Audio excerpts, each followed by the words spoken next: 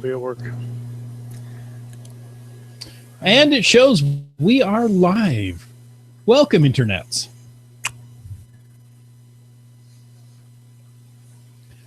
From what I understand, it takes a few moments for the people on the internets to find us. Does it? Yes. Okay. So, in that time, let's play some intro music, because who doesn't come when loud music's playing? Mm-hmm. Oh, yeah. Cats. I like to herd cats. Here we go.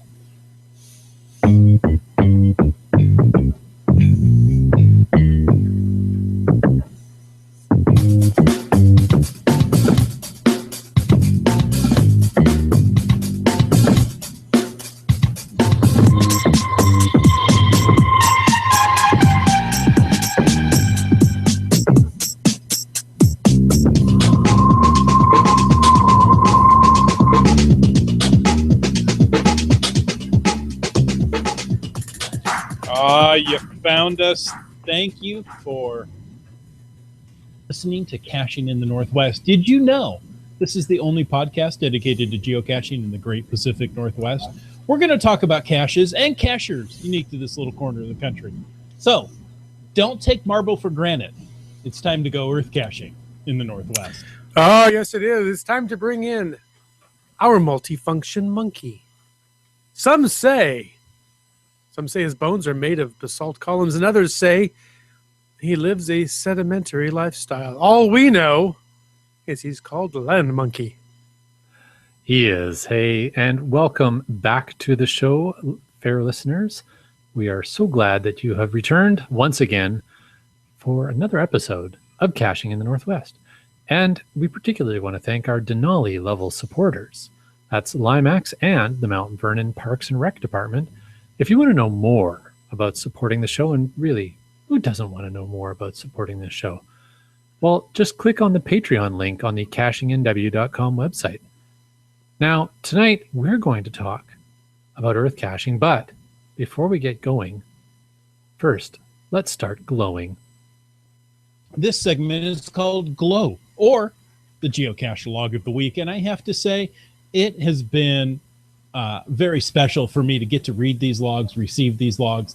So thank you for sending in your glows, your special geocaching logs. We don't care if you wrote it or not. We want to hear about it. Send an email to feedback@cachingnw.com. You can always call in with your own voice to 253-693-TFTC, or you can use that high-tech, fancy voicemail tool on the website and show us how you glow. Absolutely. We can't wait to hear from you. Yes, you. Right there. Tell us how you glow, will you?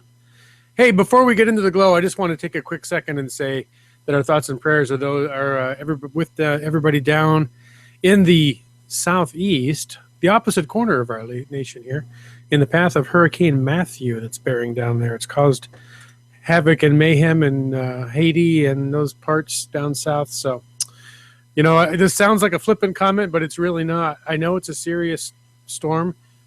Disney World is closed tomorrow. And that sounds like a joke, but it really is serious. It takes a lot to close a major theme park like that. I would imagine, yeah. So it is pretty serious. It's a pretty serious event, and we are, we're usually pretty flippant and silly on this podcast, but in all seriousness, I do agree. And our thoughts and prayers are with those in the path and those who have friends and family who are affected by the hurricane. Yeah. Okay. On with the glow, shall we? Let's do that. This is from A. Hollies, who found Willow Ptarmigan, and its coordinate info, it's GC47ZEA, Zulu Echo Alpha. And it reads, "What a great cache! I traveled from Akron, Ohio, heading to Cache, Oklahoma." And let me just say, what a perfect place to hide a cache, in Cache, Oklahoma. They went there for the funeral of a very close relative. On the first day, my mother and I made it all the way to Vinita, Oklahoma. On the second day, we landed in a hotel in Lawton. Today at 1 p.m. is the funeral. It was really making us antsy just waiting for the time to pass before we got to the cemetery. We needed to get out and do something.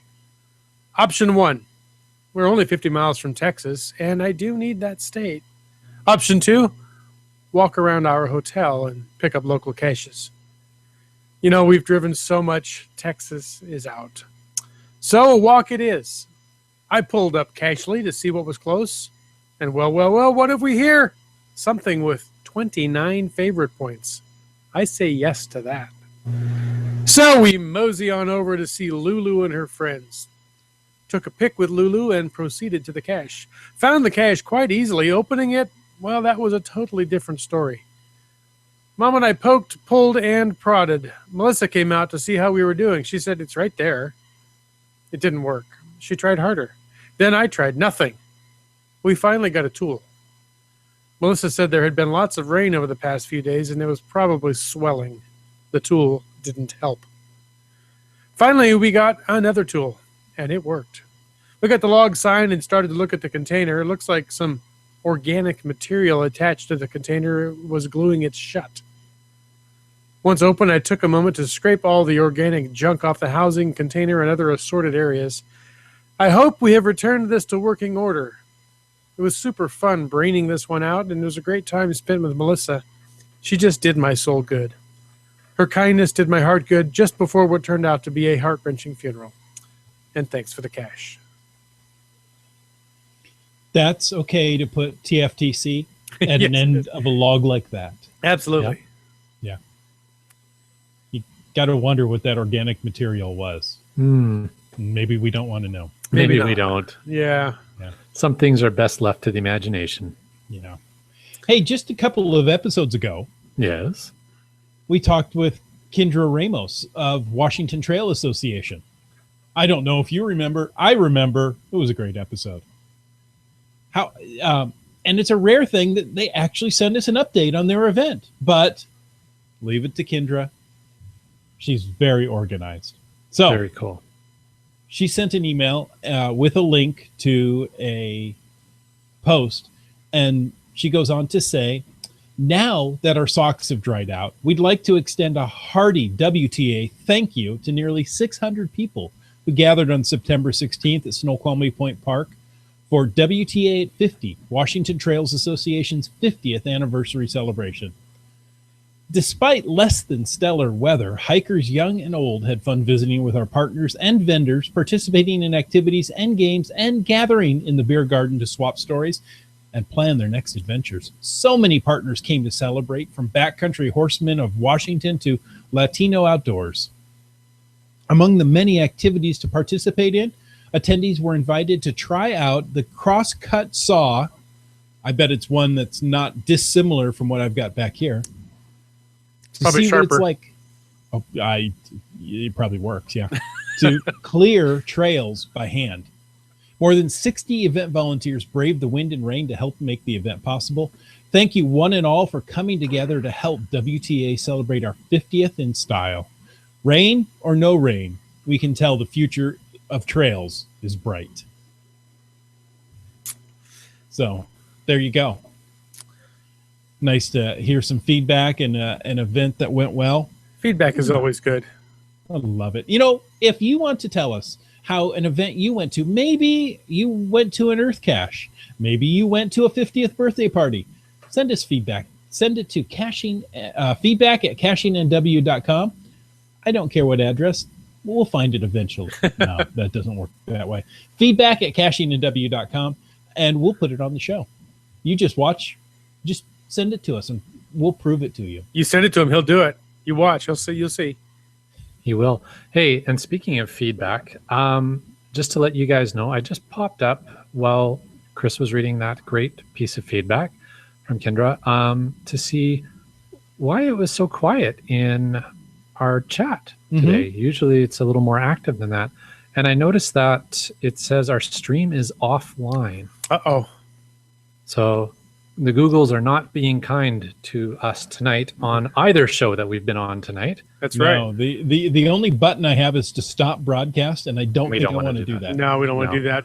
We'll just But- continue. You know, the chat room content is brilliant tonight. I have to say. It is. Yes, Wits End and I have been filling in for all of our usual listeners. So you guys are just missing out. I'm really sorry. But yeah, so if you're listening, well, obviously you're listening to this after, if you're listening to this at all.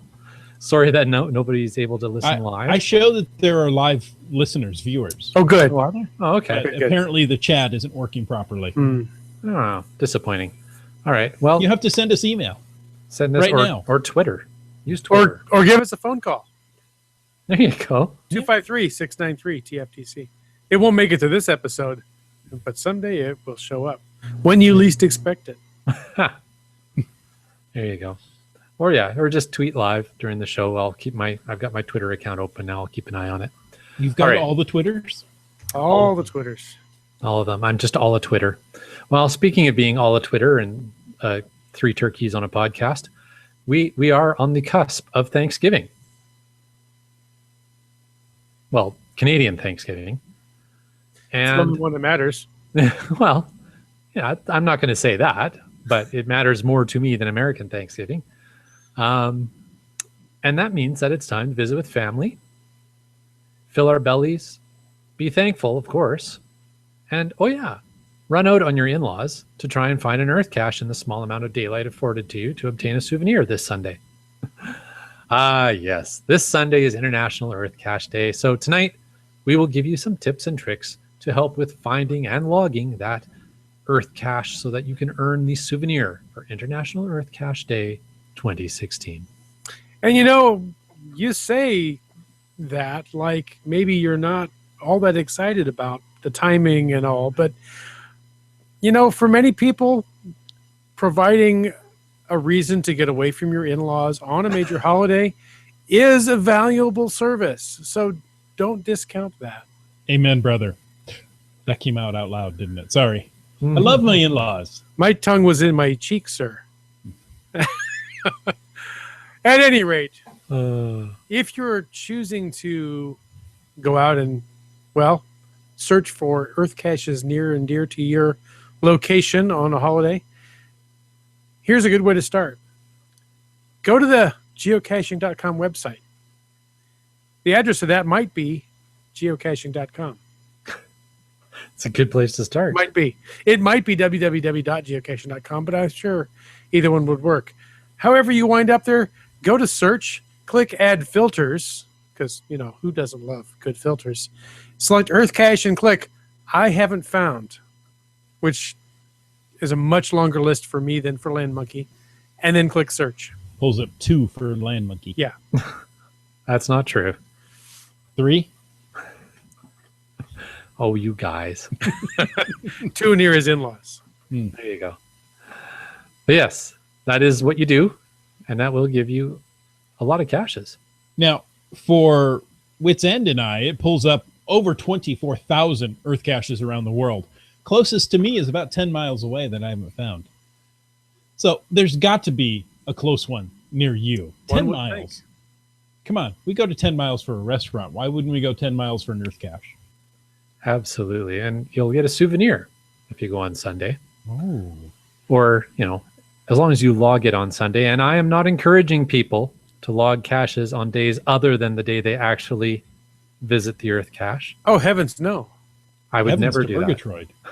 So, Land Monkey, have you Yes. never found so many caches in a day that you just didn't have a chance to log them all on that day? Well, but this is the thing. I log them a different day, but I log them for the day that I found them. Mm-hmm. And that's the whole point, right? Is that you log the cache for the day you find it. So with the International Earth Cache Day, the point being that you should find the earth cache on that Sunday to fairly earn the souvenir. But there you go. Hey, I just got a tweet from Wet Coaster to let me know that the chat on the actual YouTube page is working. So interestingly enough, the Googles were tricking us. I got an email from White Coaster that said the same thing. Wow. So there we go. I just simply replied that we can't see it then. I heard nothing from Wet Coaster, so. Oh. Wet Coaster, can you please send a message to Wits End? You can find him at Wits End on any of your major social media. All right. Anyway. Just communicate through my co-host. It's totally fine. Yeah. And apparently they are. Wet Coaster says Wits End themselves. is. Oh, I can't say that. This is a family show. Now, come on.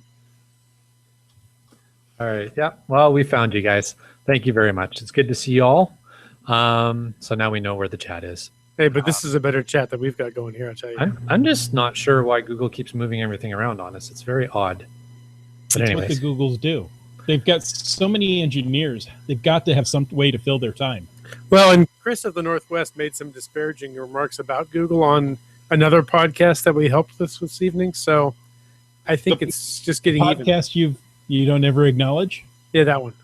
Yeah, that's true. Actually, we had a warm-up for caching in the Northwest tonight. We had a practice run. I'm sure Daryl would really appreciate us referring to his podcast as a practice run for ours. But since he never listens to this one, I think we're in good shape. I think we can safely talk about him. Thank you two for being my only friends. Hey, anytime.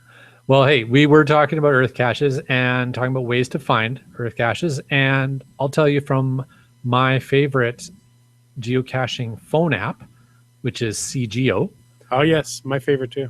The quickest way is to actually use, and not a lot of people know how to use the filter button, but when you have the main screen, there's, I believe, 6 icons on the main screen, and the 6th, the bottom right-hand corner icon, it looks like a light switch. Hit that, and then you choose, and it'll give you a list of all the potential cache types. Just click on Earthcache. That's under the filters settings, and then go back to the live map and just scroll around, and it'll only show you Earth caches. Very cool. So that's a quick way of finding them in CGO. And if you spend any time listening to this podcast at all, you know that I have no filters. So I'm not as nearly as familiar with that button as you would think I might be. This is Wits and Raw and Unfiltered. There you go. In Cachely, if you click, it's a little gear icon in the search bar, then you can select the type of cache that you're looking for. Nice. Very cool. I had to go look. I knew you could do it, but I couldn't find the interface to do so. So that covers off most of the different ways of finding an Earth cache. And yeah, we did mention that there's over 24,000 Earth caches around the world. That's just a couple. That's just a couple, yeah. That's an awful lot. Now, let's say that there's an Earth cache near you. Okay. Let's say there's an like Earth cache near you. Oh, thanks. Okay. And thank you for joining us for the so you go out, find this Earth cache, escape your in-laws on a major national holiday. You know, there's requirements for logging Earth caches. What? Yeah, honestly, it's considered poor etiquette to carve TFTC into the handrail of a plaque or park bench near the Earth cache. Oh. That's just, don't do that. Sorry, Okay. man. Don't even use a Sharpie. But, you know, most of our listeners are rather astute and sharp people, but maybe there's somebody just joining us. Why they're still listening, I'm not quite sure. But if they are, let's tell them about the logging requirements for an Earth cache. Certainly. You have to do some work to find an Earth cache. Maybe you learn a little something. They're kind of fun. Like geology? Geology, other ologies. Sometimes a little history. Sometimes. And if you read the description of said Earth cache, you said Earth cache, send those answers to the cache owner, would you? And here's a little tip. Before you log your find, I'm in the presence of some Earth cache greats here on this podcast, of which I am not one. And I hear, well, let's just call it ranting about people that log Earth caches before sending the answers. So just don't do it, folks. Send those answers in. And then you can log your find. Assuming, of course, you got the answers right. Don't just send answers and log. Anybody can just do that. Apparently that's what's been happening to Chris of the Northwest. That does happen, it seems. I have a Earth cache, and I designed very simple answers because it's part of a series they're going to run through. They're not going to spend a lot of time there. That's fine. Get these things off the plaque, apply a little deductive reasoning, and you're good to go. And I get the wrong answer. So your Earth cache, the question you're asking is something about elevation. So do you get the answer purple? Not that far off. No. Okay. It's usually in black and white, Okay. and sometimes bronze on the plaque. Ah. Oh, No, so like the plaque that shows up in Google Images, that plaque? No answer. No comment. Cricket.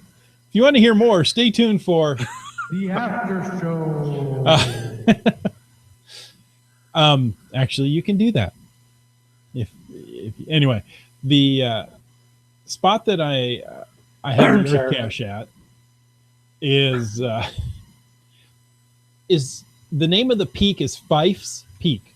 It's plural, but it's referring to one peak. There are 3 peaks right there. So it's Fifes as in the possessive. No S, no apostrophe S. Oh, okay. But yet it's Fifes, Fife's Peak. Crazy. Yeah, I know. It's really seems odd because the family name is Fife, where we have a town nearby called Fife. Anyway, so people assume that the 3 peaks represent Fife's Peaks altogether, and they're not. There's only one called Fife's Peak. So there you go. It's Fife's Peak, not Fife Peaks. So a little bit of insight into your Earth cache here. So when you send me the wrong altitude or elevation, I'm going to say, no, you didn't get it right. I hear him grumble at work. Does he have a big red buzzer on his desk? Yeah, sometimes at lunchtime he'll go through those logs. Oh, he gets cranky. So he's one of the hosts. The cache owner was angry that day, my friends. That's right. That was one magic peak. Yeah. So send those answers in and make sure you get the confirmation. Well, if you get a confirmation back, some cache owners I was going to never say, reply to you. Sometime I've not heard back, so I just log and hope that it was good. Basically, I think a very reasonable approach is send in your answers or answer depending on how many questions are asked, and once the answer is submitted, I think honestly it's okay to log the Earth cache unless it explicitly says in the Earth cache description, don't log until I, being the CO, say that you can. But that's super rare. I've almost never seen that. I think I've seen that on a couple of the Earth caches. I've done over 200 Earth caches. I think I've only seen that a couple times. Most of the time, as long as you submit your answer first, either by email or the geocaching instant messaging, then log it. Earth cache owners are generally not going to have a problem. However, pay attention to the difficulty rating of the Earth cache. If the difficulty rating is on the higher side, so let's say 3 and up, it probably means the Earth cache owner is going to be picky about the answers. Well, good tip. That is a good tip. And I agree with you. And you want to give yourself enough time. Read that description before you go out. I mean, we've done an Earth cache in downtown Portland that walked us to 7 different buildings. Yeah. I mean, which was nice. But, if you've only got half an hour, you may not have enough time to hit all 7 buildings. So, you want to know that before you go out. Also, in the description, they're going to tell you if you need any equipment. Perhaps they're taking you to a river and you need to identify the flow rate. Maybe. Now, not everybody has that kind of equipment in their car, a bucket and a watch, but you get the idea. Maybe it's a Geiger counter to read the radioactivity. Right. Probably not, but maybe. Well, and if it's high radioactivity, there's not a lot of logs unless they're posting quickly from the site. And maybe you have to bring an umbrella to walk casual. Yeah, maybe. In Portland. Not that we've ever seen that happen. Moving on. The beauty of inside jokes on a podcast. Yes. Hope you all appreciated that. Anyways. But yeah, that's really good advice. Definitely always read the description before you head out. So guys, what in your opinion would make a quality Earth caching experience? going with Land Monkey. You're too kind. The Land Monkey Earthcache experience. You only say that because I do all the hard work. No, it's just because we enjoy watching you have all the enjoyment. How excited I get. He gets giddy, folks, when there's an Earthcache nearby. And we're talking rock. Yeah. He's getting giddy over rocks. No. Land Monkey becomes very childlike at an Earthcache. Oh, this is so much fun. They're cool, man. They really are. Don't get me wrong. I enjoy them. I've been to several where they have been absolutely beautiful. And you read through and you go, this is all I have to do? That was easy. And others where, they want the flow rate or what's the pH of this, spring. And it's like, Yeah. well, I don't have that kind of, I can go get a bucket and figure out flow rate. I don't have pH test strips. Yeah, not something you normally carry around with you. Right. But I mean, that's a valid experiment to carry out. Mm-hmm. It is. Yeah. I don't think I've ever come across one where they've asked you to actually measure the pH. I think I've come across a couple where they give you information that you can make an estimate at what the pH could be based on observations. But that's interesting. Yeah. Mm-hmm. Now that I've found the actual chat group, it's very busy with lots of comments about Earthcaches, and one of the comments or strings of comments here is about DNFing Earthcaches, and I think this is quite interesting. So I'm just going to share what we've got going on in the chat here, and let's see here. And share that link in the show notes so we can all look. Oh, okay. You found something that I haven't. Well, it's on the. I went to the YouTube page. It's actually how I found it. I went there as well, and I had the same chat. Anyhow, so what we've got here is now is DNF we refer to as did not find. Right. In Earthcache, you're there. I would say a DNF is did not finish. So Wet Coaster asked, has anybody here logged a DNF on an Earthcache? And he said, I've seen logs where people have. And BC Rock Crawler came back with, I have the same issue with a virtual of mine. Dora Moore said, I DNF'd one, but didn't log it. We only managed to get one of the waypoints and ran out of time and energy to get the second one. I wrote a note on it, though. 3 M's in a Rose follows up with, I've logged a DNF on an Earthcache on purpose just to bug the CO whom I knew. Wow. Wet Coaster says, if you aren't sure about the answer, make a good effort on it and let the CO know that you aren't sure. And IHAM says, had one Earthcache owner who explicitly stated in the description that they would only take answers by email, not through the geocaching messaging function. Yes, I've definitely seen the same thing as well. I agree with. I've seen that, but I don't understand it because it also sends you an email. It does, but I think that is more a personal preference / political point that people are trying to make of, I don't like this chat function, I refuse to use it. Because I have actually submitted an answer to an Earthcache and had the Earthcache owner email me back and say, I'm not accepting your answer because you didn't email it to me, you sent it through the messenger. Like, yeah, but it was right, and you obviously got it, so... Sounds like somebody could turn coal into diamonds. I think that's possible. We call him the wrench. He just tightens everything up. There you go. And hey, just popped in response to what we were talking about into the chat by our resident expert on such things, because he's a reviewer, that Earthcache owners are required, all in uppercase letters, to take answers by email and message center, which is interesting. Ooh. So I guess if you decided that you wanted to take it up with the reviewers and or community folks at geocaching.com, they would have your back, Jack. I was going to say, if you want to take it, apparently you would lose. But no, okay. If you as a submitter. As a submitter, yes. Right. The Earthcache owner would lose, but the submitter would win. But really, everybody loses in that scenario. Yeah.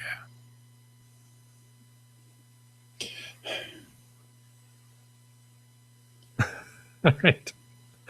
Anyways, so talking about quality Earth cache experiences, my thoughts on it, and I find that Earth caches are like every other type of geocache in the sense that there's a range of quality. And generally speaking, because of the more stringent reviewing policies, particularly more recently around Earth caches, they tend to be pretty good quality ones that are getting published, because if you make a lesser quality one, generally it'll get bounced.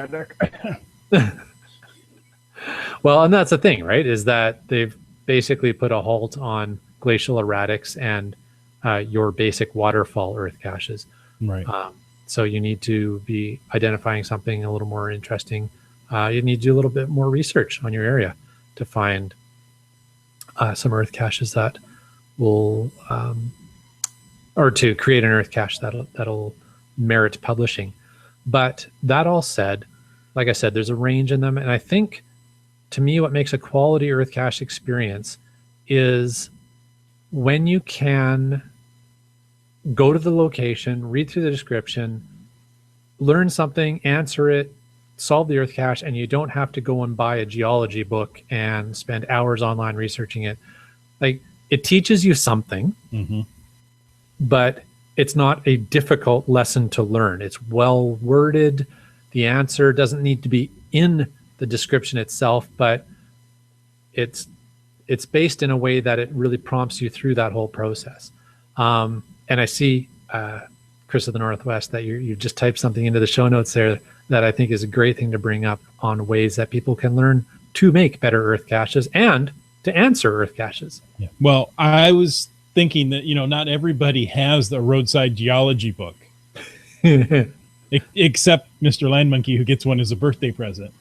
But we do have somebody here on our team that has taken the first class in the Earthcache Academy. Yeah? Who's that? I think 2 out of 3 of us have done so. That's true. Okay, it's just me. Yeah, learning something from Earthcache is, well, that's part of the fun, I think, and part of the reason for them, other than just, creating a glow-worthy log of TFTC. The Earthcaches do help you learn something, and how many of us have been taken places and learned things from caching that we never knew before? And I think it's great. But as you mentioned, sometimes we need to learn how to place Earth caches, or at least how to place worthy and wonderful Earth caches. And the Earthcache Academy can help with exactly that. Yes, it can. I've actually taken 3 out of the 4 courses on the Earthcache Academy now. I just have to do the volcanoes one. It's the only one that's remaining for me. But here in the Northwest, that's a valid course. Yeah, a course on the volcanoes. It is. Well, I mean, the first one is geologic time. It's the one you should start with. Then there's fossils, earthquakes, and volcanoes, and they're really excellent. They walk you through. It's a computer-based training, web-based course. They walk you through it, the course material, in a really great instructive manner, and you learn some really neat stuff. And I think I just think it's really well put together. I don't know what else to say. I love it. Sounds like you like it. Yeah, it's the best. It's the best. The best. And episode 96 was GeoAware and the Earthcache Academy. There you go. Thank you. So if you need some more listening, go over to the cachingnw.com website and look up Caching in the Northwest episode 96, which upside down is 96. Wow. So if you're drunk, you can still learn about Earth caches. Well, I don't know about that. But if you're standing on your head, you can do it. There you go. You can try. If you want to know more about Earthcache Academy, just head on over to earthcacheacademy.org. Excellent. And that reminds me that we really should reach out to the Geological Society again, get them to come back on the show. Yes, their GeoAware has always been very generous with his time, and we appreciate that. And there are multiple GeoAwares. There are. Based on location. You have them in different continents and different land masses around the world. So that is true. That is true. Well, I'll tell you what. I've waited long enough. I'm gonna sneak my rant in now. I'm glad you were able to control yourself this long. I've really shown a lot of restraint, I think. Mm.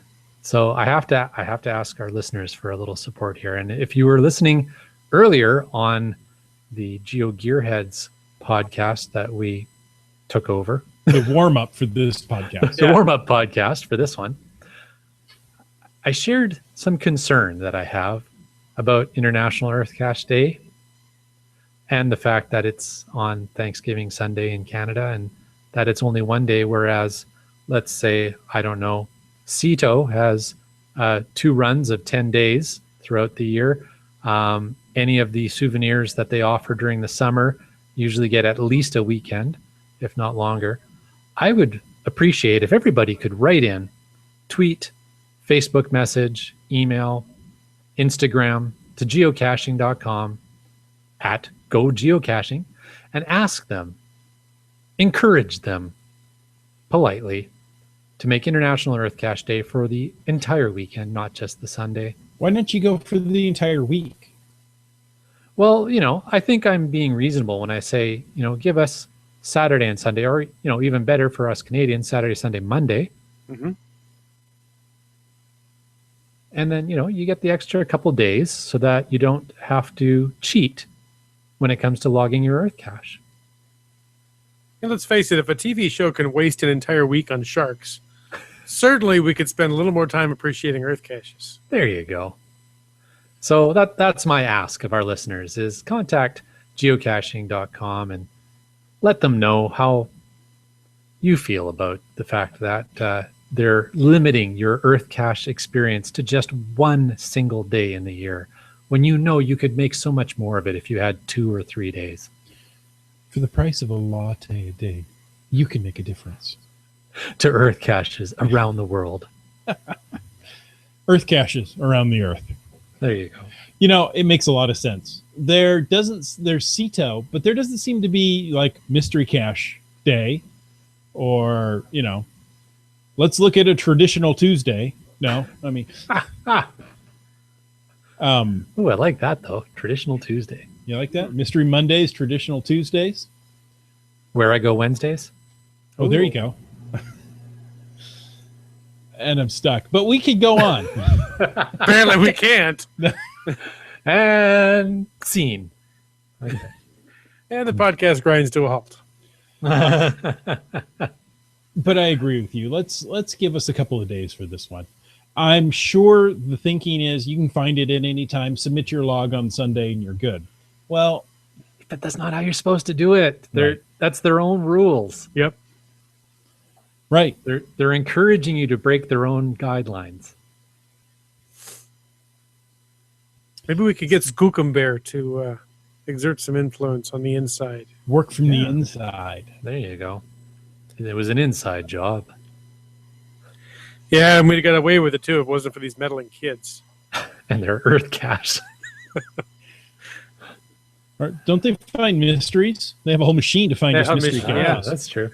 Yeah. Hey, speaking of that, they didn't have an Earthcache van. Yeah.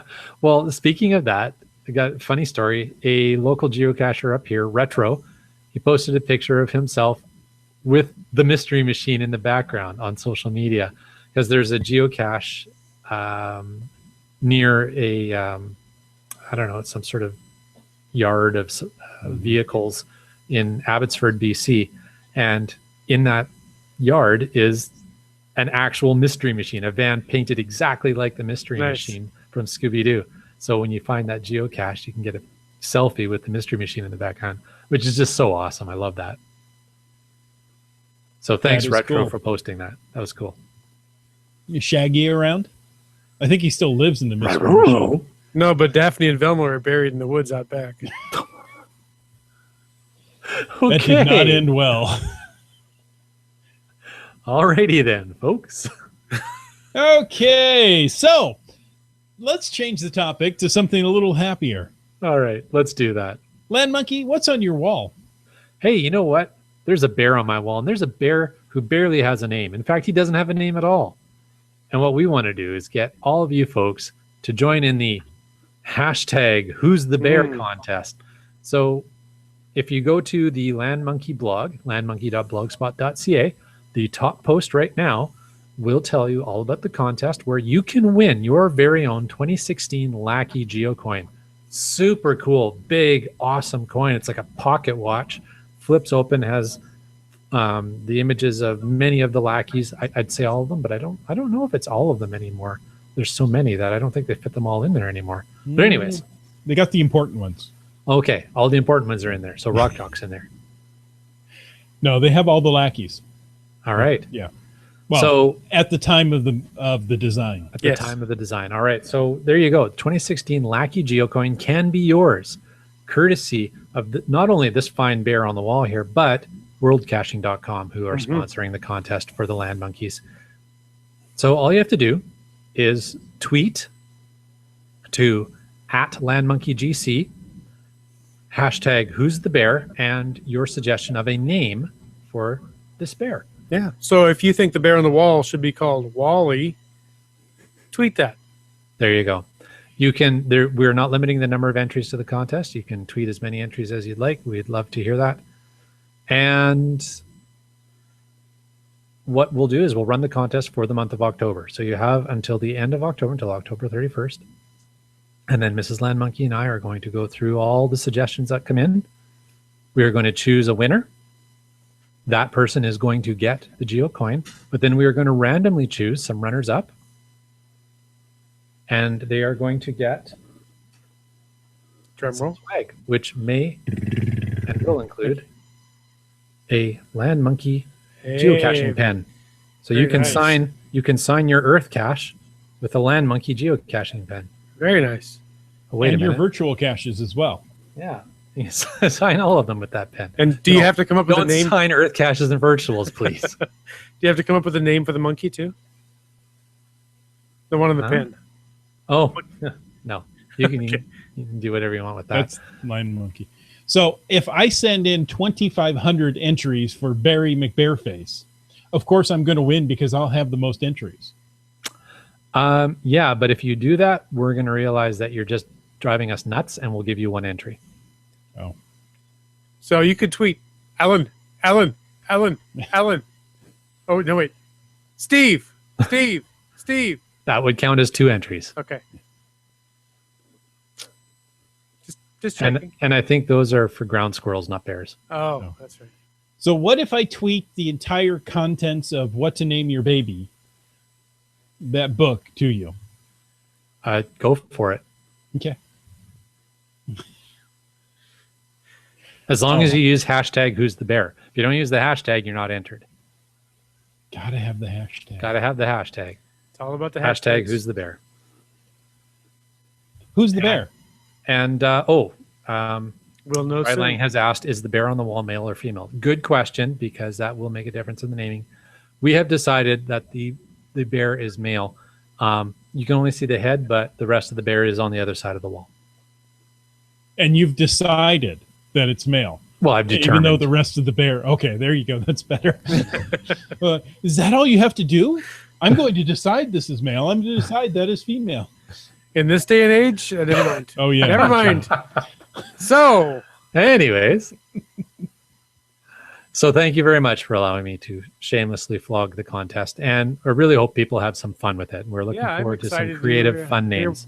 Here's some of the creativity coming in there. Share some of the fun entries with us after the contest is over, won't you?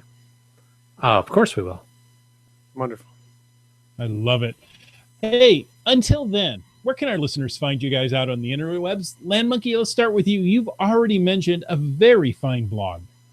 Thank you very much. Landmonkey.blogspot.ca. We definitely have a lot of articles up there about our trip to Alaska, as well as, of course, the contest information. But hopefully folks will really enjoy some of the photos we're posting from our recent hashtag geocache cruise trip. And if you want to find us on Twitter, Instagram, or Periscope, we're at LandMonkeyGC. On Facebook, we're Team Land Monkey. And, of course, our videos go up on YouTube under Land Monkey. Nice. And my friend Wits End, where do people find you? Well, I have to say, I agree with Chris of the Northwest. You do have a mighty fine blog. And, Thank you. well, I do not. I have a very pathetic and mostly abandoned blog, but it is living still at witsend.us, should anybody choose to go waste their time there. But you could also find me at Twitter, geocaching, and Facebook, and all those other things. It's just plain old Wits End. That's Wit Z End. Mr. Chris of the Northwest, you, sir? Well, if you look on Twitter, Facebook, Google+, just look for Caching in W, because I've chosen that name in all those places. If, say, you're driving and you say, I can't remember all these addresses. Why do they say them at the end of every episode? How am I supposed to know this? Head on over to cachingnw.com/hosts. One address that's pretty easy to remember. You can read our bios, find all the links that we just mentioned, and maybe even a few more that you don't know anything about until you go to cachingnw.com/hosts. That's very handy. It is very handy. I think it should be in a driver/Etsy folder, but other than that, that's great. Hosts is a wonderful tool. Okay. Okay. So with that, we would like to thank all of you, both of you, and all of you, for taking the time to listen to this episode of Caching in the Northwest. Did you know you can be part of the show? Call 253-693-TFTC and leave us a comment. Ask us a question. Send us your Earthcache answers. You know, Earthcaches, they're not just for land monkeys anymore. You can do that anytime, day or night. And of course, you can email us at feedback@cachingnw.com. Your support helps to keep quality shows coming. And if you like this show, click that Patreon link on the cachingnw.com website, won't you please? If you don't like the show, click the Patreon link anyway and send us lots of money. This show is licensed under Creative Commons Attribution 3.0 license, copyright 2016 by Chris Umfenauer. And don't forget, hang around, won't you? Stay tuned for the after show. The after show. Nicely done, fellows. Thanks, boss. Mr. Monkey, you're going to have to tune us into all the after show. Oh, okay. All right. Well, we definitely have hashtag FATAS on a few things. In fact, we even have hashtag FATS by people who can't type. Or they're referring to me. I don't know. It could be. All right. Let's roll our way back up to the top. See what we got going on. By the way, folks, you just heard Caching in the Northwest, but did you know afterwards we have the after show? Yeah, I do. In order to talk to you more one-on-one. This makes it less of a monologue, more of a dialogue. Or if there's three of us, it'd be a trialogue or a catalog. Okay. And really, we have no idea what anybody's saying. We're at the mercy of Land Monkey. He could be making up and putting words in your mouth, folks. So I would never do that. That would be grossly irresponsible. I didn't say you would, but you could. I could.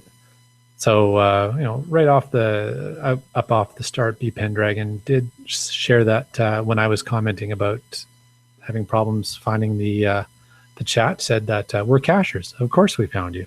Ah, good job. Yes, I am. Wanted to make sure that you know that it's not nice to take it for granted, or granite. Granite. Sorry. Not nice. Not nice to take it for granted. Don't take marble for granite. Yes.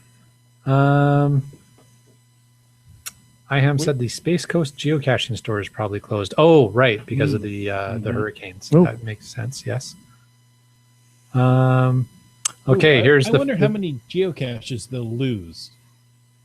You know, when they're talking 100, 150 mile an hour winds. Yeah. And, that could pick an ammo can and move it a county. Yeah, but it's not really lost at that point. It's just relocated. Oh, yeah. The coordinates. As long as you know need the coordinates. Yeah. You just have to adjust the coordinates. So here's the first hashtag FATAS. B Pendragon asks, is there an official Waffle House index rating on 3 hams in a rows yet? Oh, no. I get it. No, it's not 3 hams in a rows. It's Hurricane Matthew. Oh, Waffle House rating. What's a Waffle House rating? I'm not familiar Waffle with House it. rating. Well, I know what Waffle Houses are. Yeah. Obviously, Waffle they're House houses that serve waffles, but I don't know what the official Hurricane Waffle House rating system is. Well, I know, like, you measure earthquakes on the Richter scale. There's also the Techner scale for earthquakes. That's the number of blocks that Albert Q. Techner ran screaming in his underwear after the last earthquake. But that's... Waffle House disaster rating. Huh. You found it? All right. I'm going to keep rolling here because I'm sure there's stuff coming in. While Fairly- FEMA informally looks at Waffle House operations to assess the severity of natural disasters, but their metrics also apply to other businesses. Okay. There you go. I can't say I've ever been to a Waffle House. I've been there. Their pecan waffles are quite good. We had a whole lot of talk about DNFing Earthcaches. We covered that off.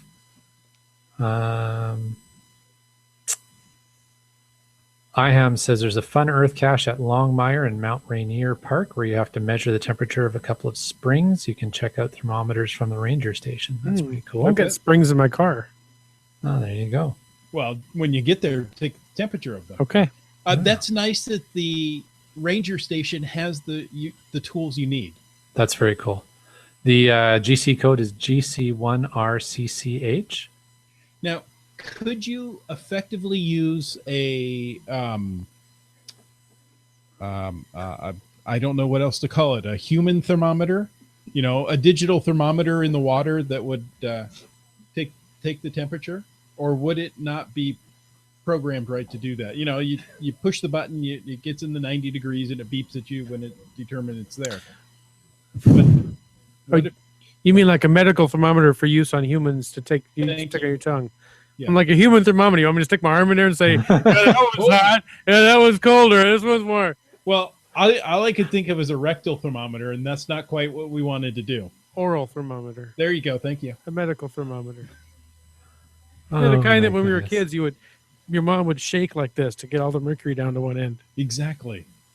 And then you'd put it on the lamp, on the light bulb, and it would come up to 120 degrees, and your mother wondered why your head had not exploded yet. That's how I was feeling last night. All right. Yeah, so there you go. Oh, do. There's a bunch more talk about, what did we say? Waffle houses? Yeah, no, GC4DZK2 B13C to Sky Earthcache has 2 DNF logs. That's what prompted my question, says Wet Coaster. 3 M's in a row says the 2 DNFs on that cache. One is by a newbie with 53 fines. The other is by someone who admits they bailed due to bad weather. So yeah, I guess that goes back to what we were saying before, that a DNF on an Earth cache could really mean did not finish, as opposed, which is what Dora Moore was saying, as opposed to did not actually find. I attempted to start a new acronym in geocaching a while ago, several years ago. Yeah. Root. Ran out of time. It's not that I DNF'd it. It's that I didn't have enough time to find it. Yeah. I think it's something that that could work. I'm going to try using that. I'm going to try and remember to use that. I like that. So yeah, I mean, it's not that I gave up looking at it. I can't find this. I just simply ran out of time. You're looking and then your family calls and says, hey, we're ready. Oh man, I just got here. Okay. It'd be like my usual DNF, I'll be back. Mm-hmm. Cool. What else have we got here? BC Rock Crawler provided a bunch of applause, and I think that was during the point I was making the plea for social media support in the request to have Geocaching HQ extend Earthcache Day. 3 hams in a row. Oh, sorry, go ahead. We know from GeoGearheads that he went ahead and sent that tweet. He did. Go geocache. He did. He's the first one. Exactly. So get on the bandwagon. 3 hams in a row says, I will contact HQ about Earthcache Day only if you first promise to support my request to have an International Where I Go Day. That makes a lot of sense. It's why not? Type. There aren't many. Well, let's go look. All right, you go look that up. Okay. That's awesome. When we were running out of days of the week, IHAM came back with Throwback Thursday featuring webcams and virtuals. I love it. Down Thursday. No, throw back, not throw down. No, Thursday. throw down Thursday. We Okay. don't want to encourage this. I found, well, I did a search. I simply changed Earthcaches to Where I Goes, and there's 9,274. So there's fewer Where I Goes than there are Earthcaches. By about half. There you go. All right. Wet Coaster followed up on something we had proposed in the warm-up podcast, which was get Skook and Bear to disable the Earthcaches around Geocaching HQ until they make Earthcache Week, so that none of them can log it for the souvenir. I love That's it. funny. What else do we that got won't here? go anywhere, but that's funny. Just trying to catch up here. The Space Coast geocaching store is closed for good, Brylang says. They took up mobile vending about a week or two ago and permanently closed their store. That's interesting. Really? Yeah. B Pendragon says Waffle House Index. Green, all is good. Yellow, Waffle House is open but with a limited menu. Red, they are closed down, and that is quite rare. What do we got going on here? Wet Coaster says there's power outages on Vancouver Island due to the storm here, but it's nothing like Florida. But weather is bad in a lot of places. That is true. Noting, as Brylang says, that there's heavy snow in Saskatchewan and Manitoba in the last 24 hours. Wow. Yes, our Spacecast geocache store is officially closed at the end of September. Wow. Interesting. Wonder if they knew the storm was coming. That's what I would say. You know, having been there, Mhm. I can see that it wouldn't take much, at least the location they were at when I visited, for the water level to get up and flood where they're at. They're like right at the water level and where their store is. Be pretty crazy. An ill wind is blowing. Exactly. I heard a crow. Cool. Oh dear. Brylang says hashtag Throwback Thursday. It's how you re-hide the cache. Oh dear. That's what we do after we find caches, and we just kind of throw them back into the woods. Dear geocache guy. I've often said, hey, here's a geocache. Let's throw it into that field of blackberries. Yeah. Put a location on it, and I guarantee you somebody will find it. That's how I got the blackberries cleared out across the street from my house. Oh. Just posted coordinates, and they were good. Next thing I know is cache in the middle. Graham showed up with a machete and a craft dinner, and And you off fed he us went. craft dinner, and off he went. Oh dear, that's funny. Yeah, and B Pendragon says with respect to the Waffle House, they are known for being open 24 hours a day, even in severe weather. Huh. So there you go. Yes, Even on Christmas Day. but not Even Yom on Kippur. Canadian Thanksgiving. Yep, Nothing like waffles and turkey. turkey waffles. Ooh. All right. Well, I am running out of voice for tonight, so I think I've run out of most of the stuff here. All righty then. Well, thank you, Mr. Monkey, for leading the charge on the chat room for this evening. No worries. I I'm glad to be appreciate your it. lackey. We lack nothing. Folks, thank you so much for joining us this evening. You can catch us right here next week. Same bat time. Oh, no, wait. Same cache time, same Ooh, cache there you channel. go. That's Good right. night, all. Night, everybody. Cash safely and cash often. Just cash, okay? Even on Canadian Thanksgiving.